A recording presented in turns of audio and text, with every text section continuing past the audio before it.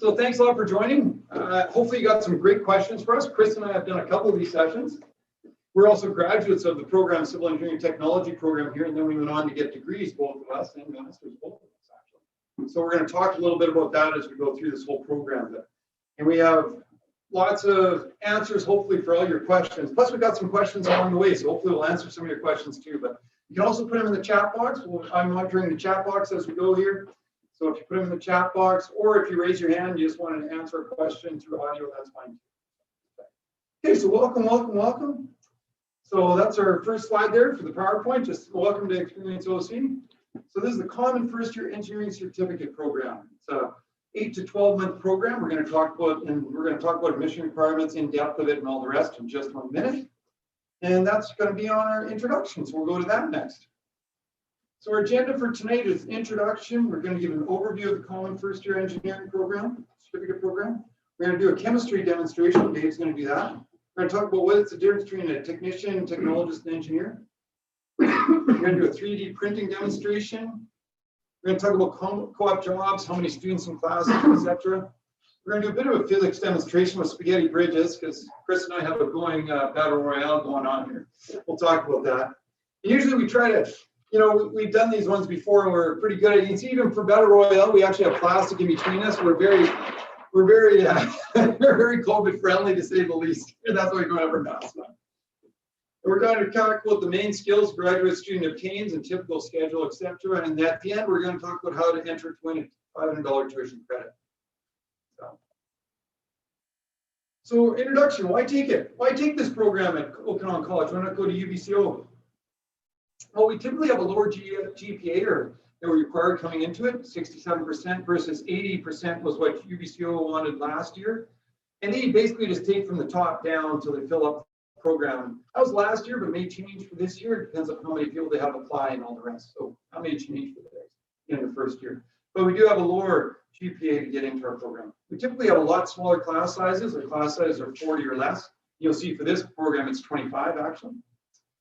We have cheaper tuition than UBCO. That's a big one. It's transferable to UBCO right now with a minimum 70% GPA. So when you graduate from our program with 70% GPA, you go straight into second year UBCO. Other universities have different entrance requirements than the 70% at UBCO. So you have to compare our program to see when you transfer to another one at UVic or wherever you want to go, what do they require for minimum graduation requirements. We have not done a total look at that one yet, actually, because we haven't got ours all approved, the programs at some of the other universities yet. Thanks, Al. Next. So the admission requirements into the program are basically English 12, Pre-Calc 12, some type of math 12, and chemistry 12, and physics 12, all of them with 67% minimum GPA average. So 67% minimum basically in English, some math, some chemistry, and some physics 12. So all those ones, minimum 67%. So it's not that bad. Just 67%, you got to get in all those in your grade 12 or your upgrading ones, and you're in. Good to go. So how long is the program? Well, it's 8 to 12 months. Depends if you want to take the one over the summer or not. We don't have the one over the summer this year. We're going to have it for next year, though. But our first year, there's a first year run in the program. So it starts in September and goes till April. You graduate in April. And when would you start at UBCO? You start in September and UBCO in the second year. So what can the certificate be used for if I don't go into engineering at UBCO? Basically, nothing. That's the short answer. I could have put a whole bunch of things in there, but that'll just be short and sweet and to the point. You can transfer the certificate. You can't do anything with it if you don't go to UBCO right now or some other university. But you could use some of the specific courses within it to transfer, like to a science program or an arts program. You can transfer those classes. But the certificate itself, if you don't go to UBCO engineering or you get too low of a GPA, you can't use it. So that's really a quick overview and a little bit of an introduction. And now we're going to get into the chemistry demo. So to show you the chemistry, we have a nice little slide for the chemistry demo. Next slide. Next slide. Oh, sorry. Yeah. It's not going. So we do. So we're going to do a chemistry demo here. Dave's going to do it. Are we on the slide yet? Yeah. One more slide, please. Yeah. It's not moving.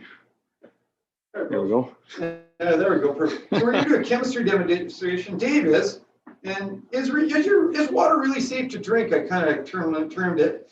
And watch as Dave amazes you with his mastery of the watery skills. Please, Dave, take it away.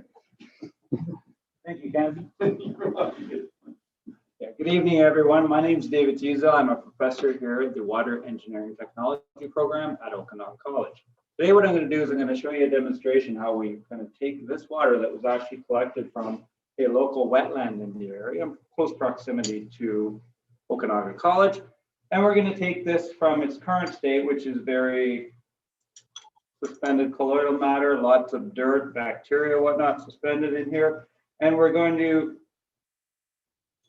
treat this to drinking water standards using nothing more than a coffee filter.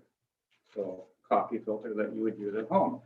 So right off the bat, you might look at this and say, well, if you want to meet drinking water standards, what we need to do is take this water and pass it through a filter, and that's all we need to do. Well, let's try that. So we're going to take this water directly from a local wetland, which is heavily contaminated with silt and a lot of other material, and we're going to pass it through a coffee filter and see how well the coffee filter works from an efficiency standpoint at removing the material in that water. So I have 2 samples of water, and we're going to pass the first one through the coffee filter and observe the quality of the water that leaks.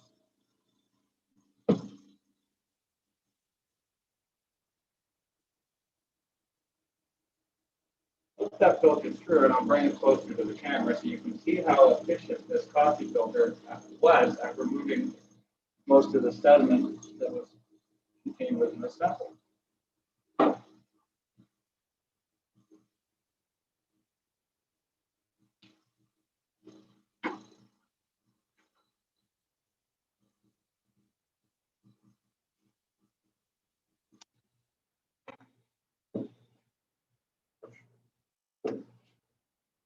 All right. As we can see, certainly the filter was capable of removing some of the sediment, but really not over a lot. And the problem is because when you try to filter water, your limitation is the restriction associated with the filter that you're using. So how can we take this water, pass it through a coffee filter, and achieve drinking water standards when we just illustrated that it doesn't work? The filter is not efficient enough. Sure, we can change the filter, but we can also do other things to the water prior to filtration that will render the coffee filter much more efficient. In large-scale water treatment plants, we rely on a lot of process technologies, we rely on chemicals to treat the water. For this demonstration, I'm not going to use any chemicals. All I'm going to use is these aluminum plates and a small DC power source. So this is a process that can be used fairly readily around the world in any application without any sort of elaborate technology. If you have a source of aluminum and you have a source of power, you can, in essence, treat water. We're going to see how well this works. So we're going to take the same sample, different beaker, and what we're going to do is we're going to pump this sample of water through this device, and there's a column back here that has these aluminum plates suspended vertically beside each other. And we're going to apply a DC current across these plates, about 20 volts, half an amp. And what we're going to do is apply electrical power across these aluminum plates, and the water itself acts as a medium for the power to transmit from one side to the next. What is happening here is, in essence, by passing power through these aluminum plates, we're going to be introducing aluminum ions into the water. And what does that do? Well, first off, let's do the demonstration and I'll explain to you what actually happens. So this is our source water initially. Let's take a look at what it looks like after we have passed it through high electrical or aluminum plates with electrical current applied. We're going to turn the power source on, turn our pump on, and there we go. We'll give that a minute to pass through. So we're taking the exact same water source, and prior to filtering it through the coffee filter, we're doing nothing more than passing it by in contact with a number of aluminum plates with power going across them. So what is that actually doing to the water? When we look at water,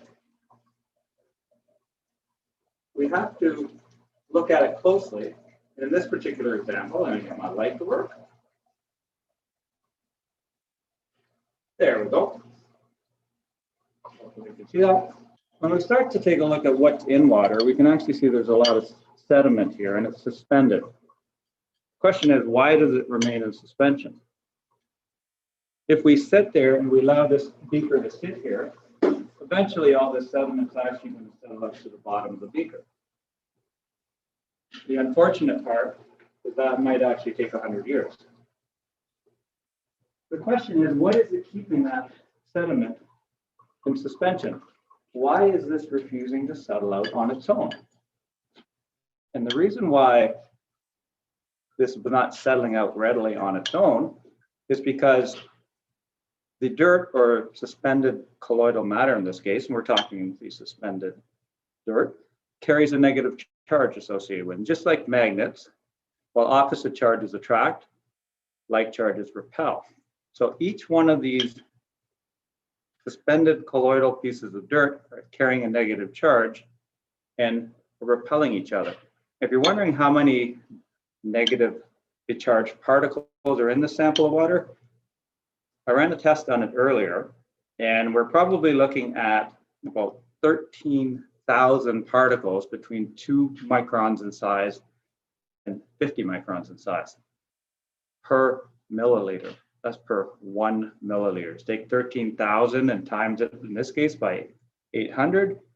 You're talking in the millions, magnitude of millions of particles suspended in water that we need to look at removing. So we have 14 million particles of water, for example, that are suspended here, and they're remaining in suspension because they carry a negative charge. And like magnets, negative charges repel one another. So as they try to get close to each other, that negative repulsive force keeps them apart, and they will remain in suspension for upwards of 100 to oftentimes 150 years. So this will not settle on all. How do we get these particles that are suspended? How do we get them to settle? Well, what we just did was we passed the sample of water by aluminum plates. And by applying power across these aluminum plates, what happens is the aluminum dissociates from these plates and enters into the water. The aluminum ions that leave this plate are positively charged. So you have all these suspended particles that carry a negative charge. Now all of a sudden you've introduced these aluminum ions that carry a positive charge. And in essence, you've negated the impact over all of those negative particles. You have introduced a positive charge. By negating the overall charge of the solution, you have a solution that's relatively neutral now in charge, and those particles should actually settle out on their own. What actually happens is they undergo a coagulation process. So these particles start to agglomerate and get larger. And as you can see here, the aluminum ions are starting to cause those particles that were initially in suspension to agglomerate together, and they're forming larger particles.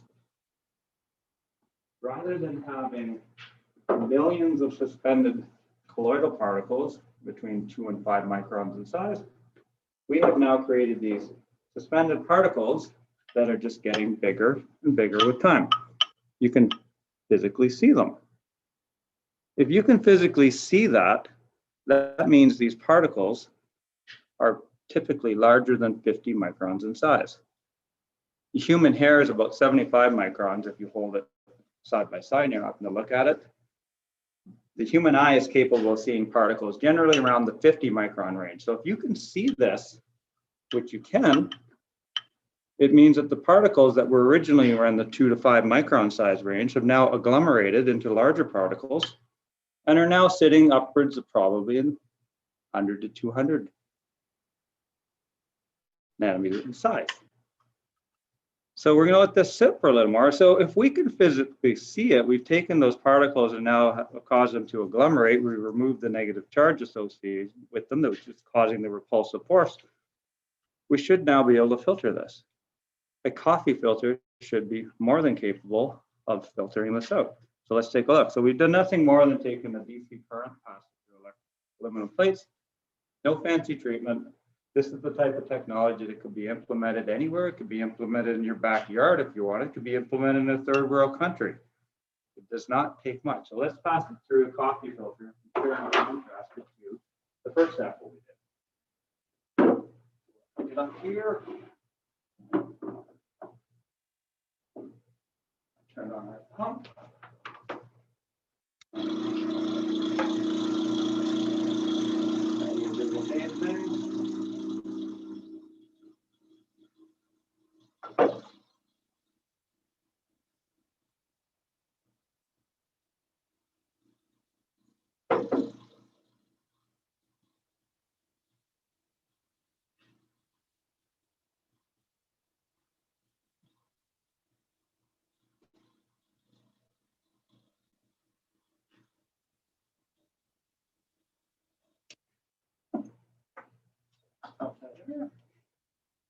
And for comparison purposes, there we go.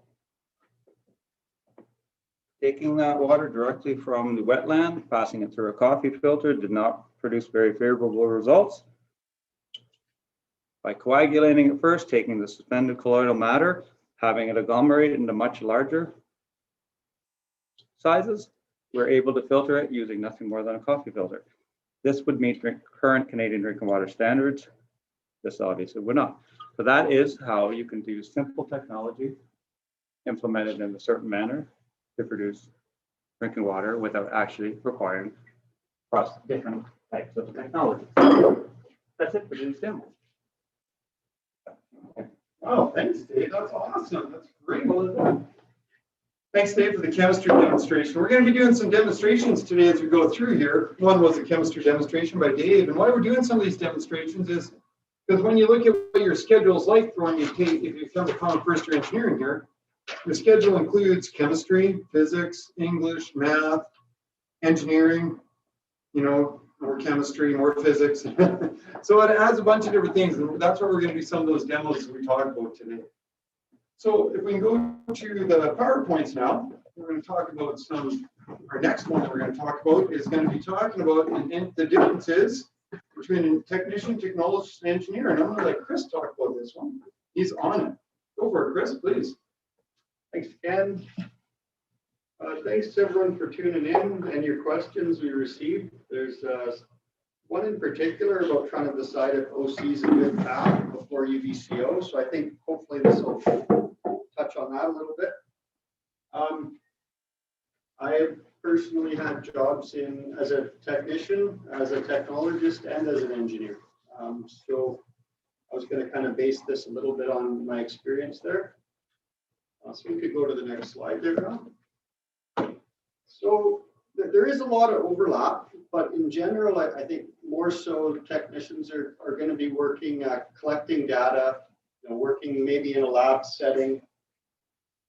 When I had a technician job, I was working at a soils lab and concrete lab. So that was my experience there.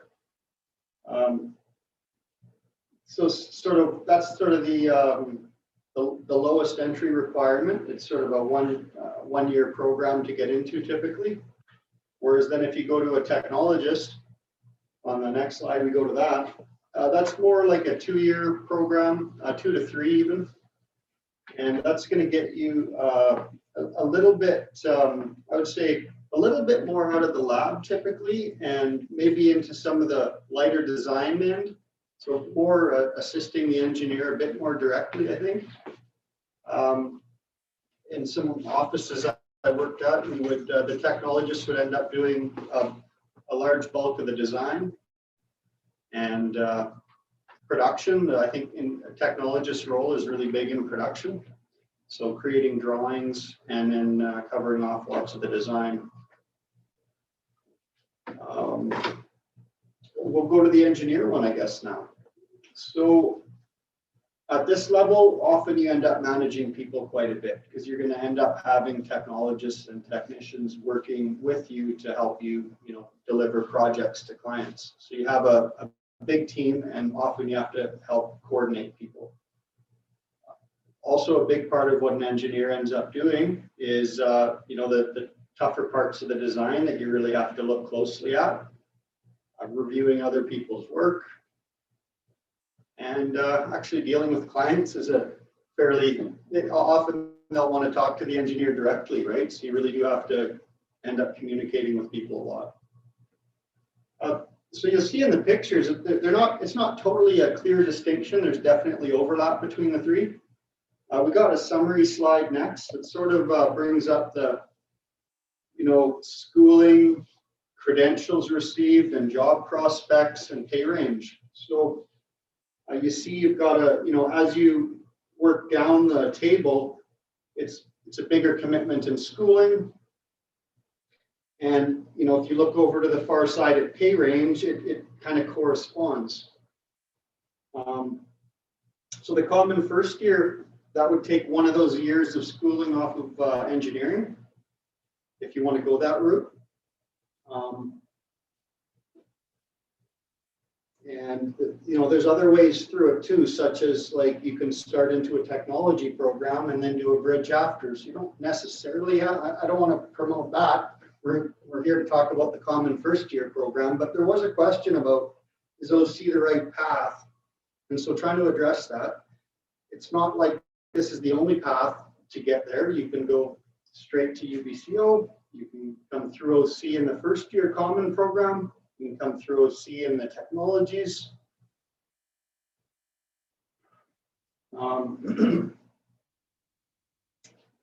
So that's mostly what I had. I was kind of hoping to get a few questions. I wonder if anyone that's tuned in wanted to type in a question or turn on their mic and ask anything. Is there some stuff we haven't talked about that you wanted to hear about? So Chris, you came through the program and you were a technologist through the college, then went to be an engineer, and then you went to UBCO to transfer. How did you find it was transferring from the OC experience to go to UBCO experience? Right. Yeah. So at OC we had a little under 40 people per class. I found there was lots of competitions and stuff to enter, and it was a pretty it was a neat experience the whole time. Actually, similar at UBCO, great experience. Definitely a lot bigger classes. Both places, there was great stuff to learn in the labs, along with lots of theory to work on it at home. I don't really have anything bad to say about either place. In general, they were both really good experience, and they've helped me to get into a field that I think allows me to support my family well, and it's good. When you say on the support the family well, and you're in the pay range of 100K a year, is that what you're saying there, Chris? No comment. No comment. Let's talk about how much they get paid. And I really like your summary table here, Chris, and it does, the pay range, like it shows the more education you have, the more credentials you get, the more you get paid, which is great. Is there a way that though a technologist may or a technician may be able to just stay there or just do maybe in this 1-year certificate for common first year and get paid quite reasonable? After the common first year program, I don't know that it's going to get you a job in the field of engineering, because you're not going to really be getting the hands-on parts that are going to get you what an employer wants right away. Whereas if you get into like a technology or after say 3rd year of university, then you would have those skills, and that's usually when the co-op jobs start happening. takes a little longer to get into the field if you want to jump into first year right away. It's like going for the university route. If there's any other questions, please post them in the chat or use your mic, please. Well, thanks, Chris, very much for that summary for a technician, technologist, and engineer. And the common first year engineering program goes towards the engineer, of course. The last one on the summary table there, right on the bottom, is the first year, then you go straight into second year UBC. Okay, why don't we go on to the next slide, please? Thanks, Chris. So 3D printing. So what can a 3D, so we do 3D printing a little bit in the common first year engineering. You're going to do in the second half of your first year program. You're going to do some 3D printing. So what is it? What can you do? You probably heard about it before, 3D printing. You probably saw it. And Chris is up on it. I think he's going to talk about some 3D printing with you. I should all go back. We're gonna change to the camera mode now. We have a 3D printer set up in the back lab here. We're going to talk about a 3D part being printed. We're going to go back there right now.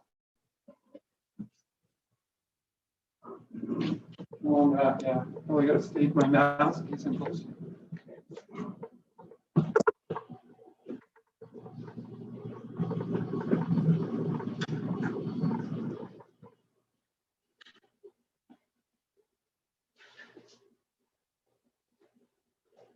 You guys want me to start that? Perfect. Oh, want me to start right up? Sure. Probably you're on the camera while you talk about it. Al's kind of the pro at this. Al's a pro at this. Here's a 3D printer. There's lots of different ones around. We bought this one, cheap one off Amazon. It's printing right now. It's printing this part right here. This is a part we needed. They don't manufacture this. It's a part we need on the side of our CDR molds. We need it on the side of our CDR molds to hold this. Hold the pointer, which holds. So hopefully you guys can see this, the dial gauge. And this goes up in a mold goes up in the upper, so we use it and the dial gauge goes up. And before we used to have this on the side here, and it sometimes fell off one way or the other. It was kind of tough to make work. So we wanted something on the side. So I opened on the program to do some 3D printing. So I decided, okay, let's make one of these. So here's one being made right now. And basically, it's making a hollow part in the middle here. Like you'll see that it all gets right in the middle there. It's making it in the middle. It's basically trying to fill it in with basically warm cornstarch. It's the cornstarch base the plastic is, so you can eat it. I'm not going to eat this one. But you get the idea. You can do different stuff with it. It's kind of neat. It takes hours to build this. This isn't something that gets built in 5 minutes. It takes hours, literally. Most things takes hours. This is a small, this isn't an industrial printer or anything like that. This is one that you would be using here during the common first year engineering program. And it just this just shows how it works. Basically, you make a file up in AutoCAD, you convert it to what the printer can use, and then you load it into the printer and it prints it. That's basically what it's doing. We do not have, you can spend over 100 grand on one of these that basically is a scanner and a printer, which basically takes a photo of something, like you take a photo of this, and then makes the image to send to the printer. But we don't have that. You have to make up the file yourself and do it all. And you will be doing this in common first year engineering, but what we are going to be doing is making a hinge on a door. Something a little bit different than this, a little bit more tolerance specific in regards to the pin going through a hinge and stuff, but it still gives you a general idea what we're making. But you can build, and it's all, this platform is warm and stuff, and the plastic going in is warm. Basically, it just melts it into a shape is what it's doing. It melts it and just does a little sliver of the shape at a time, just by melting the plastic onto it. And then that's all we're doing. That's it. So that's 3D printing in the basics. That's what you'll be doing. Like I said, that's one of your courses is part of it's on 3D printing. Making up the file, doing the 3D printing, and seeing if it works. One thing to make up a drawing or making up a file, but to actually make it work is two different things. Okay. So that's our 3D printing demo. And we have more of these around. There'll be some around campus. We have a bunch of different other styles, but they're all basically the same. School wire. Okay. Okay, why don't we go back to the other side now, please? Thank you.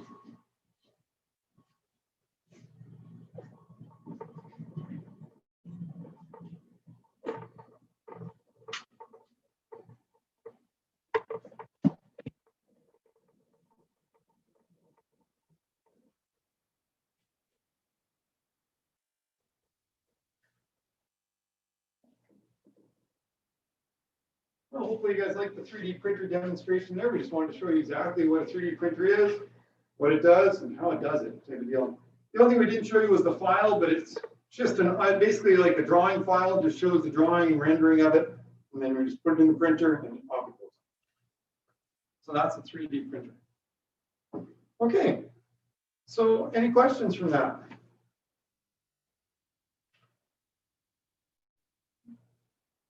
Perfect, awesome. Well, and one question we do get is 3D printing a big thing in the industry? It's not quite yet. It's getting there to where, you know, an engineer might manufacture a part, being a mechanical engineer or even in water, like as Dave is from the water engineering aspect of it. They manufacture it, and those ones, they want need some manufacture a specific part, and then they can go do that. Check. And also you can do parts to different scale, like half or quarter scale of normal, and then you can check and see if it works too. So there is totally a place for 3D printing. It hasn't quite caught on hugely yet, but it will one day. Hopefully it will. Hopefully they'll make houses 3D printed. No, I doubt it, but hopefully we'll see what happens in the future. Do you have anything for 3D printing, Chris? Just on the houses comment, I thought I saw one on YouTube the other day where they were actually doing a structure. I don't recall exactly, but I thought they were getting there now. Placing some concrete with. Yeah. Put it in concrete, yes. Yeah, they do it with the concrete, the pumper in the middle, just slowly going around the house, building up the walls, literally just like that one, but just building up the walls. Oh, but they're using concrete Concrete. rather than Rather than plastic. right. Yeah. So it's the concrete that hardens really quick. Huh. Yeah, I've been doing that for a couple of years, but it doesn't work quite like 3D printing, but same type of thing. You program the boom and off it goes. Right. A little bit bigger scale than that. A million times bigger. Yeah, that's good ones, Chris. Good one. Okay. Okay, so we're going to show you some more PowerPoint stuff. We have some more, just some more questions to answer for you guys. Since we knew we weren't going to get a huge amount of questions here. We've done these ones before. We don't get a huge amount, so we're trying to make up our own.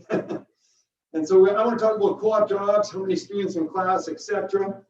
I know Chris will chime in on some of these as we go along, and so I'll start on it. And so once you finish off the common first-year engineering program, can you get a job? In essence, no.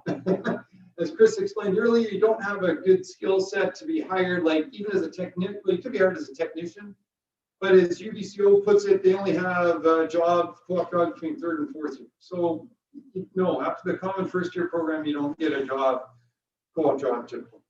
So I always get this question lately, will classes be online this fall?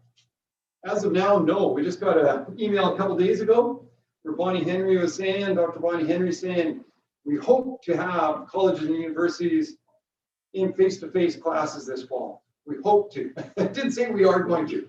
So we'll see. We hope to be face-to-face also, but we'll see what happens. We'll see what happens. This may change, I said. This may change. It's been changing a while. And as Chris pointed out, how many students in each class for the common first year engineering, this one is going to be about 25 is what we're maxing out at for common first year engineering right now. And that's because their typical labs only can go up to about 25. And this is a lab-based one. Some of the courses where you get into other classes, like for your common physics ones or something like that, it might be up to 40 students. Typically 25 is about right. Okay, next one, please. So now we talk co-op. Sorry, I went. Sorry. Go ahead. Now we talk about, and none, I talked about this one and last one. Sorry, no, next one. I already talked about this one. Yes. Perfect. Typical week. That's one. Typical week consists of about 31 hours of classes, and they're between Monday to Friday, 8 a.m. to 7 p.m. We have a schedule. I have one sitting here, but it's dropped. I don't want to show it to you. This is your schedule. And you have some breaks in between, but it just depends on how we can schedule everything. That's really what it comes down to. We only have whatever it is, 168 rooms at the college, and we have so many classes going every day at any time. So we have to schedule around a lot of other classes. There's 5,000 students on campus at any day, on any day of the week. So there's a lot of people coming and going. The classes consist mainly of a combination of lectures and labs. When I look at the schedule, it's about three quarters of it is lectures and about a quarter is labs. By lectures, I mean face-to-face interaction with a teacher, or it might be some PowerPoint, something like what we're doing right now online. It might be something like that. So it just depends. You'll have homework and studying on top of the 31 hours of classes. That's the big thing. It's about 31, but you know, it depends on the semester. One is 30. But you also have homework on top of that and studying. I asked my students, you know, my students that do first year civil engineering technology, as well as some other technology programs, what skill will you learn in the program, basically? What skill did they learn the most? They told me time management. And I think that's true for any engineering program, is you learn how to manage your time. You don't learn any real specific, like whether it be for structural design or soils or whatever.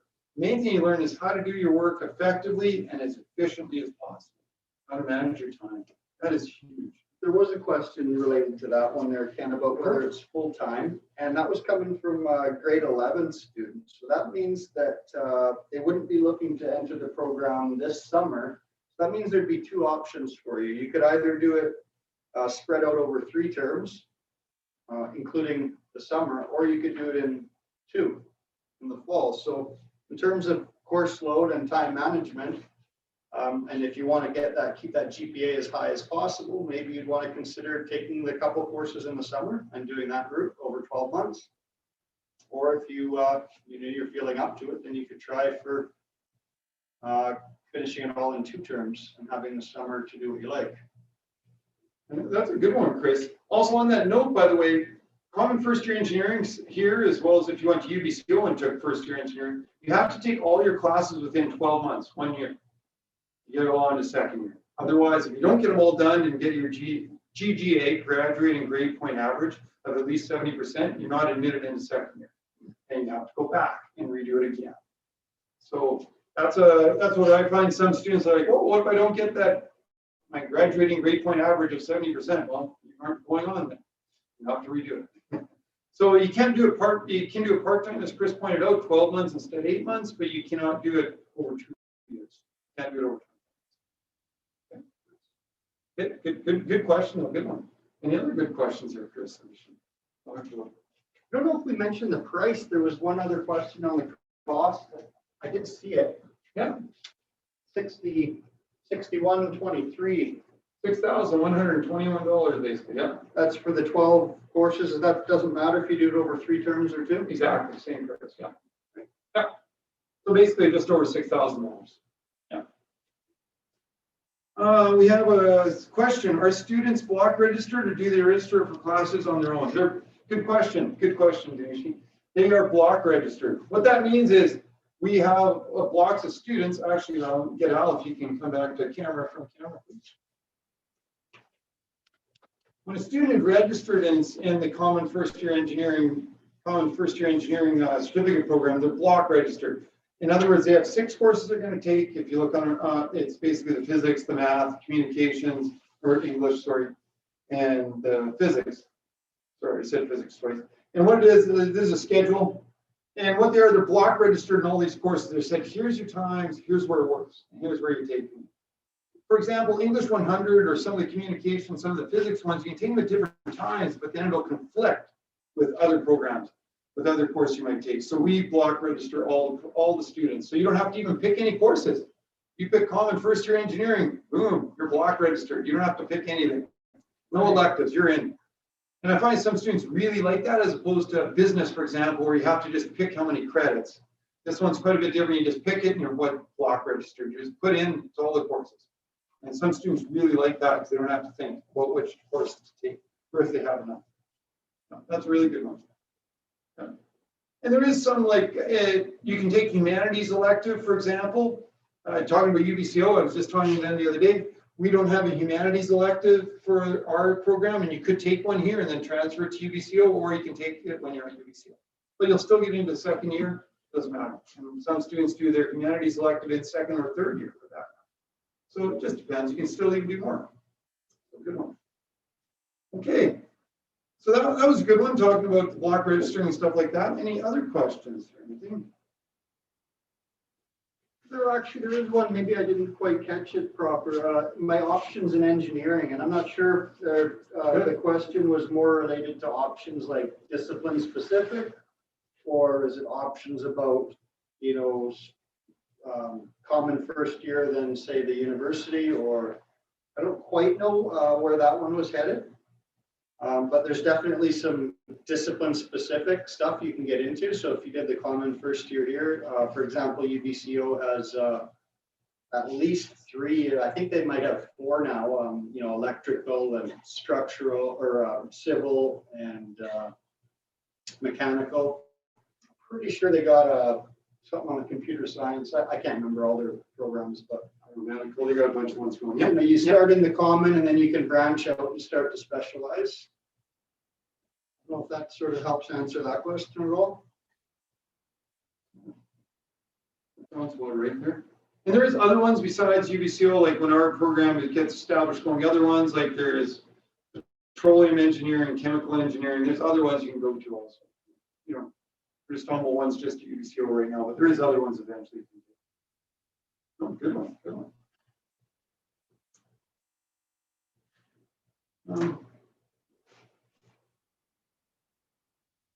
Okay, so I think that's probably looks like about it for now for questions. So I think we'll go back on to, you know, let's go back to, oh, we got the next thing is a physics demonstration. Next slide, please. Oh, what is the, we got one, nice, thanks. So what is in the English course? Shakespeare. No, just kidding. Probably technical writing is a big part of it, I'm thinking.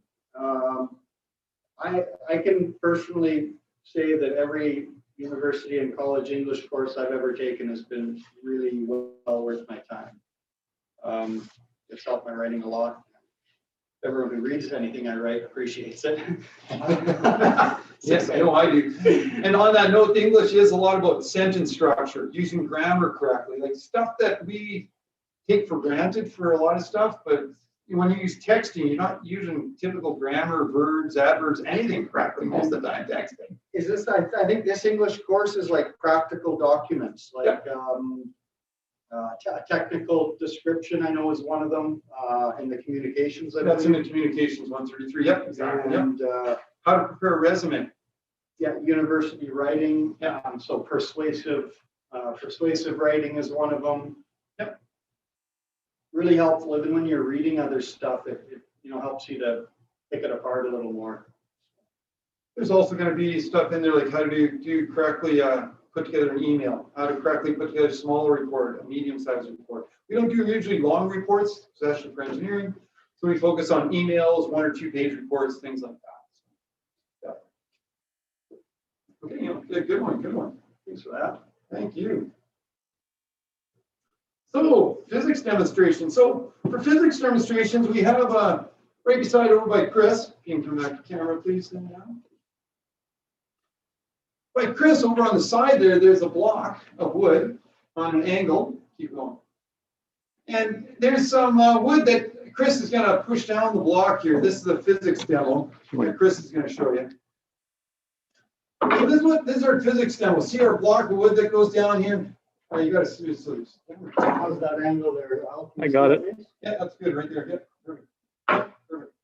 And then he's got one block there that has sandpaper. That's friction. Okay, that's physics. So the friction is holding it back, okay, Ken? Yeah, that is. They get into that in high school, in you know, grade 11 physics, probably a little bit. Good. But here it's gonna, you know, go a step further. Interesting change in friction factors. Perfect. Oh, I see, and change the slope. And slopes does it too. So how steep before the sandpaper slides? Yeah, you keep playing with that, Chris. I'm building the bridge over here. So what we're doing now, we're going to do battle royale. Chris and I are going to battle it out. Keep playing over there with the blocks, Chris. Keep playing. So Chris and I are going to battle it out now for a physics demo. Problem and solution. That's physics. Hey, I'm going to have you probably. What we have a little structure in front of us here. And Chris and I are going to make a bridge that fits across this structure and that holds the most weight. And we're going to have it done in, let's say, 2 minutes to 7. So let's say 10 minutes. Are we doing a strength to weight ratio or just the most weight? I wasn't supposed to ask that. Oh, sure, strength to weight ratio. Okay, so strength to weight. Okay, let's do that. So put your wood on the scale, tear it off.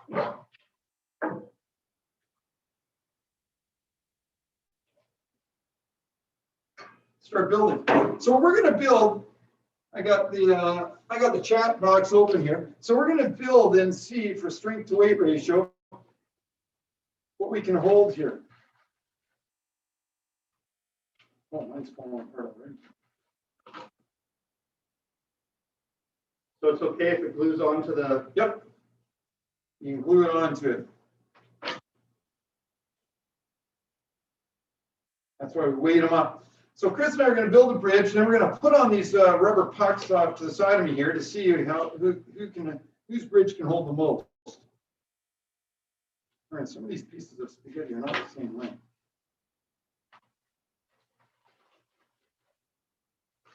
We're getting a lot of pieces on there, Ken. You're going pretty slow over there, Chris. Let's give them a little bit of background in case they're interested. Ken, have you ever built a spaghetti structure before, recently? Yeah, I did, Chris. I can't remember when, though. Did you ever compete with anyone, or? Oh, I did. Oh, that's a good question, Chris. That's a really good one. I was in the spaghetti bridge building championships when I was a student here at the college. Nice to hear. That was a long time ago, though, Chris. How did you do in the student competition? I did great. I came in third place, and it just about paid for all the beer I drank when I built the spaghetti bridge. So it worked out very, very well. That's similar to our trebuchet experience. Yeah, I'm sure similar to your trebuchet, yeah. That's cool. And so talk about that. How about experiences when you were here at Okanagan College, Chris? Did you participate in any good groups of any competitions? We did. We had a lot of good competitions here. Yes. And, I think a lot of them I was fairly successful in, but there's always room to get better. How do you measure success in your competitions, Chris? Good question. You can tell Chris and I have built before. Got to focus here, Ken. We're trying to get him not focused. That's the easiest way to do it. And neither of us have built this type of bridge before, so this is quite going for it. And it is Battle Royale number 3 for us because we have built these ones before. I'm a ruler. We have built these ones before, and Chris won each time, actually, the first 2. So I got a little bit of a grudge match happening here.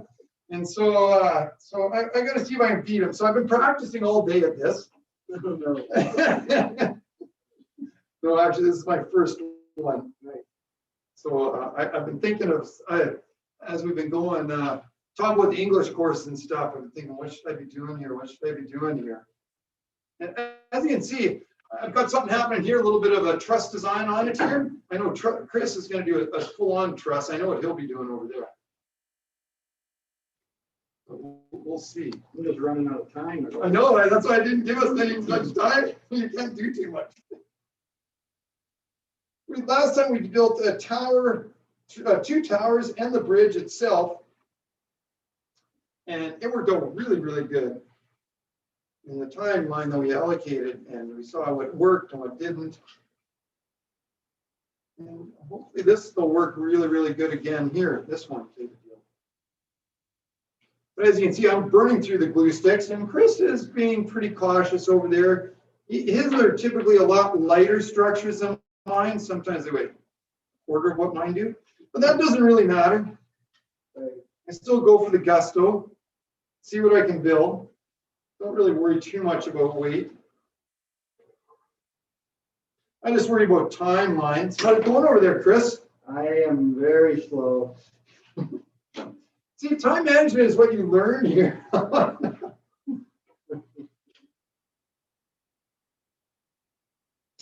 And Chris and I have really a lot different styles when it comes down to things,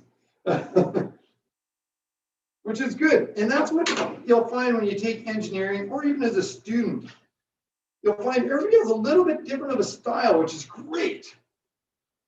And that complements each other when you're working and doing other stuff. I like it. I think it works great. I work with a number of engineers. I work also not just at the college. I work at an engineering company on the side, same as Chris. And we try to try to weave in what we learned from work to the college all the time, actually. And it works out very, very well. Bring it into that.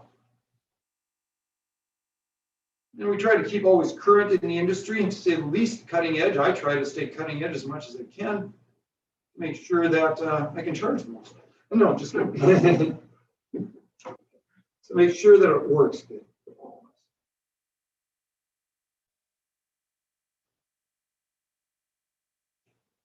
Yeah, mine's not holding together too good, Chris. How about you? I can't even get my truss to start here. I'm a little nervous now. I think I got bad spaghetti today. I think it's just bad spaghetti. We'll come in and have a look at your different building styles here. Oh yeah. Interesting. Lots of materials. I got something happening. Chris looks like it's a little bit more of a steps approach here. Yeah.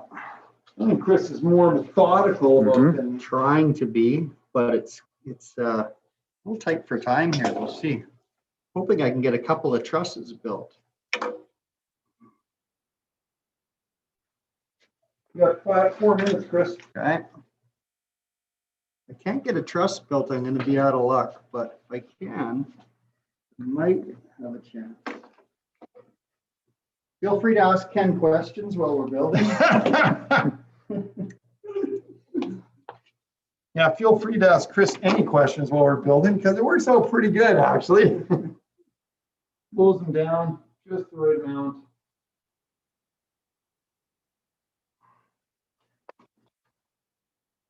Don't tell him what I'm doing either because he might get some good ideas. That's-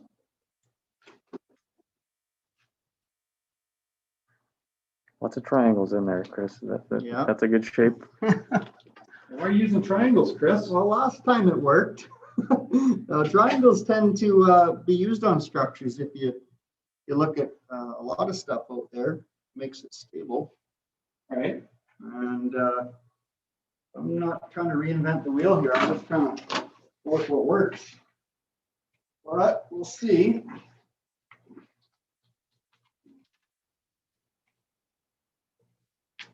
Oh, just broke it. That's an interesting approach, Ken. I'm going for sheer volume. Might work good for you. I'm having a little trouble here. I thought about how you build, Chris, and I've modified it. Okay. Doing the same thing. Okay. Right on. I'm hanging my truss underneath Nice. because I can construct it like that. How are we doing for time anyways? Not much. We have 3 more minutes. Oh my goodness. This is what engineering is all about. We have a problem, we have to solve it, and we have very little time to solve it. Yeah. And that's typical even out in the workforce as well as your homework. The homework that you do, you only have X amount of time to do it in. And you can't always do a perfect job, so you have to sacrifice something. As you can see, Chris and I are sacrificing all sorts of stuff here just to make this work.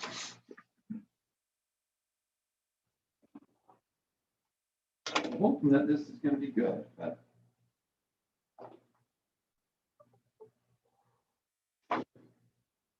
Yeesh. wow, that's not even close for sizing.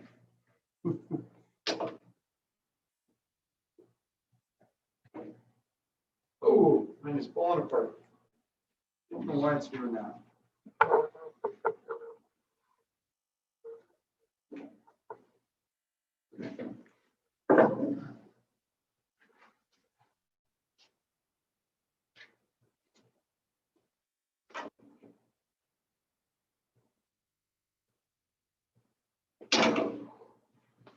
So any questions you want to ask Chris, please bring them on right now. It's a good timing for him right now to answer a couple questions. Hello, Chris. It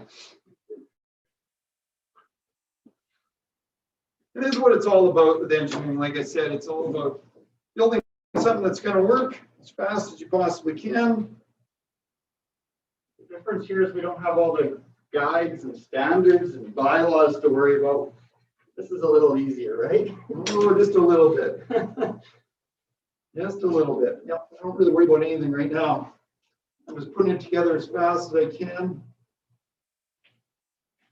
You'll see a lot of stuff that Chris builds typically has very efficient use of members and everything. I don't worry about any of that. I just give it.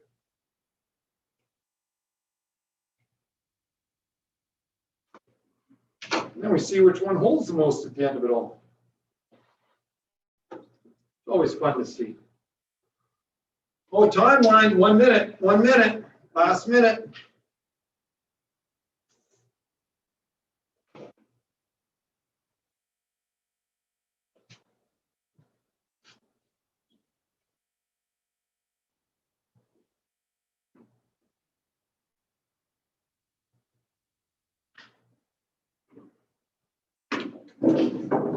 Come on, come on.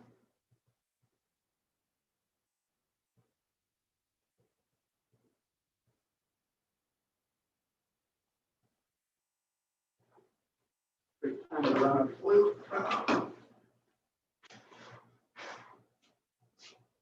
10 seconds. Go home. 5 seconds. 4, 3, 2, 1, done. Okay, hands off. All right. Should we weigh them up? Okay, so you can see we have a little bit different. Let's see what you got. Inch, oh, that's nice. Triangle, that's a great, that looks really strong, Ken. Well done. It's got lots of material I here. really like it. Yeah, let's see yours. So I- Yeah, see, he's got the nice modified truss. I even got that. He's totally. We'll see how they. Let's see how they weigh. What to say. Let's see how they weigh. Wait. Oh my. Oh my. Are you under 10? No, I'm at 17. Here, I'll write down Oh. the word for us. Then I won. Okay, I'm good. Got any other ones? No, I don't have any. Okay, so I'm at, let's do Ken at the top. Here's the bottom. So I'm at 17.6. How about you? 34.26. Call it 34.3. Sure, that's good. I like it. Now for the weights. Let's just say add them at the same time. What do you think? We'll do Yeah, that. sure. All the heavies at the start. Do you want to tear it off now that we've weighed up? No, we know how much each one weighs, just number them. Okay. What do you want to do? But Yeah. remember they were a little different. Okay, sure. Let's put them on and tear them off. Tear it off. Yeah. So the bridge is on. Tear it off. Zero it out. Okay. Okay. Those scales only have a 6 kilogram. Oh, I think I'm gonna max it out. I don't think I'll make it that far. I don't think you will. Let's see what it goes. Come on, buddy. I'm at 3. I'm at 4. I'm at 5. I'm at 6. I'm at 7.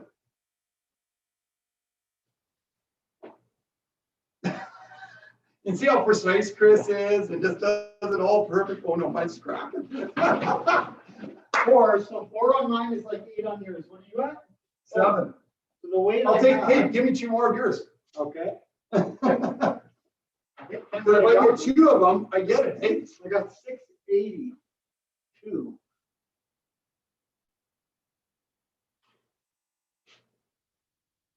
Twelve nine three. Looking good, Ken. Nice basic design. Real clean. I like it. 1594. Okay, so 1594, 94. and I'm at 682. Well, it's actually close, but I think you got me. Okay. So let's do a quick calc here on this. You got a calculator handy or do you want me to grab Got one here. it? Okay. Let's see. So who do you think's gonna win? My nice simplistic designer, Chris is even simpler designer. What do you think's gonna win? Who do you think? I gotta win one of these battle royales yet. So strength is 682. Yeah. Divided by weight is 17.6 equals. Let's see. So I got 38.75 Nice, and Ken nice. 1594 40. over 34.3 is 46. Yes! Yes! Yes! Woo! Woo! Nice job. Victorious, Well thank you. done. Well done. Design. Awesome, good design for yours too.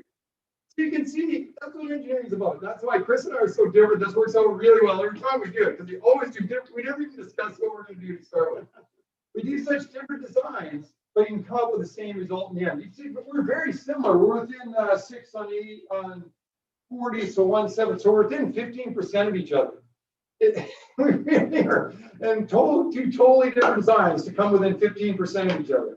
So that's pretty good. And that's what engineering is about, trying different designs out, something like that, and seeing if they work and how it does work. I don't know, I could reinforce this again. I think she's ready for round 2, this one. Let's see. Let's see. Oh, yeah. 16, 17. It's cracking. It's done. It's done. It's done. Well, thank you very much, everybody, for coming to our common first year engineering. We'll bring up the PowerPoint slides here just at the end, because there's a free tuition draw right at the end here. Oh yeah, we're going to do an overview, of course. I forgot this one. So the overview of the course, I'll just give a quick one. Basically, admission requirements, you need 67% in English, chemistry, physics, and math 12. I should have put grade 12 or the equivalent level here at the college, grade 12. Basically, 67% is minimum as you need there for English, for the requirements to get into here. Yeah, you have to complete the program in 8 or 12 months, depending on when you come in the summer or in the fall. Graduates can enter second year UBCO engineering if they have a minimum of 70% GPA. Right now, you're guaranteed a seat at UBCO. They've emailed me that you can get a seat as long as you get a 70%. GPA means graduating grade point average. Graduating grade average.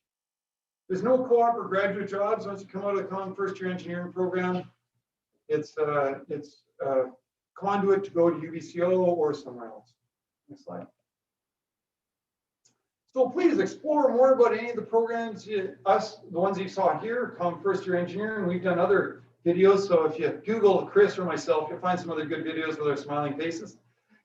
Ask if you have any questions, contact the recruiters. There's there. So guaranteed a seat at UBCO. Yeah, the UBCO. How does that work? As long as you get 70% here in the first year, then they've got a spot for you. We got a spot for you. And yes, and that's the same as if you went to UBCO. If you go to UBCO, take common first year engineering, you get 70%, you get a seat also. Right, but to get into first year at UBCO, you need the higher GPA to start. Perfect. First year, we can get in at 67. There, you need 80-ish. They start from the top down until they fill up that classes. So they start from the top down. That's a nice way to get in the program. Yes, it's a bit easier to get in.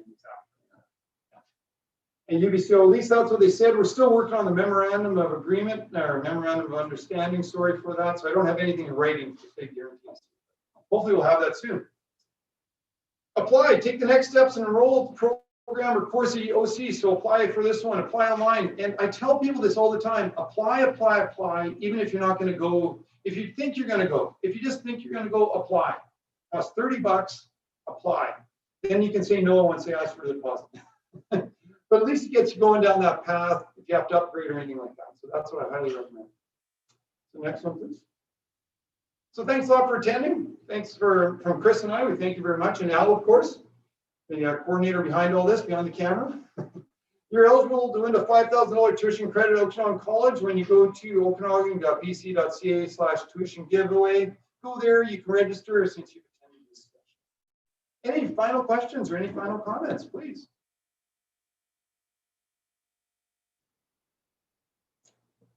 Well, we thank you very much for spending your Thursday evening with us. I was going to say Thursday night, but it's only Thursday evening right after supper time here from 6 to 7. Thank you very much. You can look for my name, Ken Longadike, or Chris Piper, his name on the OC website. You'll find us. Just look us up. If you have any questions, please email us. We're more than happy to hopefully send you down the right path. Even if it's not coming to Common First Year Engineering, at least answer your questions so you can make a good decision. That's what we all want. Chris and I both have young kids, young daughters, actually. Both of us have just daughters. We both have young daughters. And we try to give them as much direction as we can and answer all their questions too. My daughter first considered engineering, but now she's in business here at the college, which is fine too. Whatever works best for you guys. That's all I want, is whatever works best for you. Hopefully we can answer all your questions. Anything else you'd like to add, Chris? Oh, that sums it up. Thanks very much, Ken. And thanks for the folks that tuned in. Appreciate your questions and staying with us. Thanks all for staying with us all night. Have a good night. Bye, everybody.